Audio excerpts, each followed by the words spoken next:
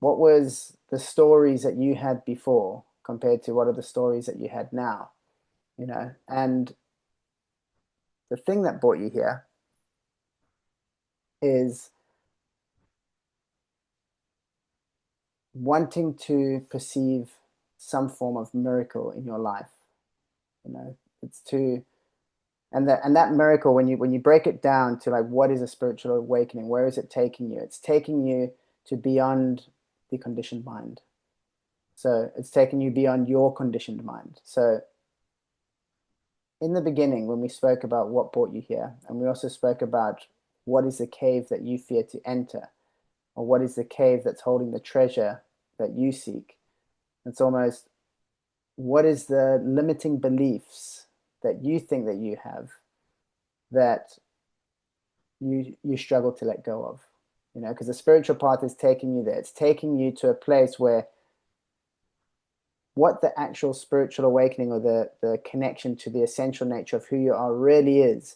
It's perceiving the world without a system of beliefs, you know. And to kind of end this lecture, there's this famous story about this kid that's walking on the beach with his dad, and the dad's holding his hand, and this child's just in awe. There's this beautiful beach. There's the waves washing up on the shore. There's the sunset, and this kid's just absolutely blown away, and he's just in his element, experiences complete unity with this environment that he's in. And then all of a sudden, this blue bird just swoops through the sky, and the kid just laughs and points up at the blue bird. And then the father says, "That's a blue bird," to his son. And it was the last time the child ever saw it. And the meaning behind that story is that as soon as you label something, you no longer see it for what it truly is. It's a label. It's a thought process inside your mind, and there's a distance between you and that thing, you know.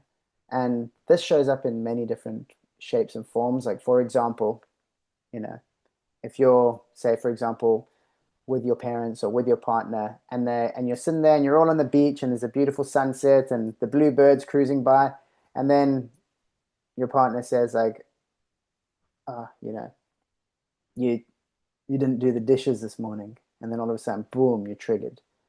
You're no longer in the environment that you're actually in. You're no longer in this space. You're taking back into a system of beliefs where you you have the system of beliefs where you're reacting out of, where you're not actually perceiving the world as it is. You're perceiving it through a system of beliefs that, you know, I did the dishes yesterday, you should have done them this morning, I did this.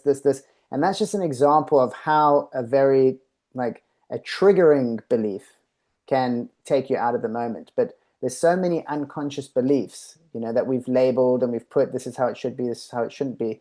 And that creates a separation from us and experiencing the actual event, you know. So when you talk about the spiritual path, like what it's going to do is, if you're open enough, it's going to take you to the limits of your own beliefs, and there's going to be a crisis moment when you're going to have to choose, am I ready to let go of this belief or am I not?